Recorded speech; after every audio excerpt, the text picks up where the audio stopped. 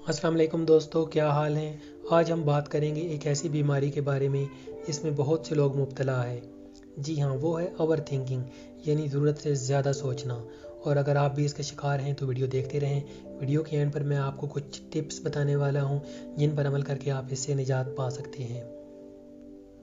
दोस्तों, सोचना कोई बुरी चीज़ नहीं है, मगर जब ये हद से बढ़ जाए तो आपकी खुशियों को खा जाती है। याद रखें, दुनिया में इस वक्त मायूसी और डिप्रेशन की सबसे बड़ी वजह ओवर थिंकिंग है। जो शख्स इस बीमारी में मुब्तला होता है वो अक्सर टाइम अपने माजी की नाकामियों को सोचता रहता है या फिर अपने मुस्तकबिल के बारे में फ़िक्रमंद रहता है कि पता नहीं क्या होगा।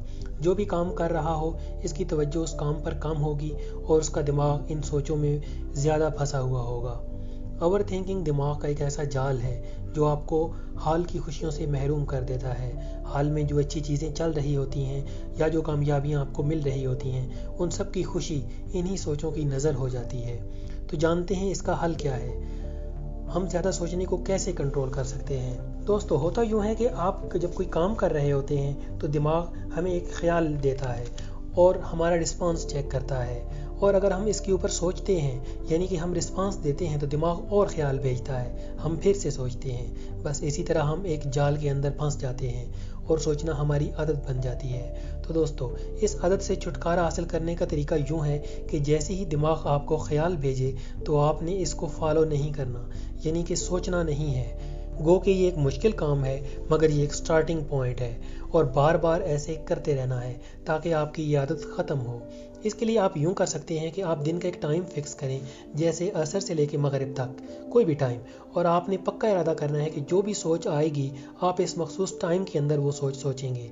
इस तरह पूरे दिन के अंदर जो आपको मनफी सोचें आती हैं उनको झटकते रहना है और अपने आप को ये दिलासा दिलाना है कि वो इस मखसूस टाइम के अंदर इनको सोचेंगे। तो दोस्तों, कुछ अर्सा आपको ये प्रैक्टिस करनी पड़ेगी और आहिस्ता आहिस्ता आपने उस टाइम का दौरानिया भी कम करते जाना है। यकीन माने, ये एक थ्योरेटिकल बात नहीं है, आप अमल करके देखें, आपको रिजल्ट ज़रूर मिलेंगे। इसके अलावा मैं आपको कुछ टिप्स बताने वाला हूँ जो कि ओवर थिंकिंग से बचने के लिए बहुत इफ़ेक्टिव हैं। अगर आप इसका शिकार हैं तो आप इनको ज़रूर फॉलो करें।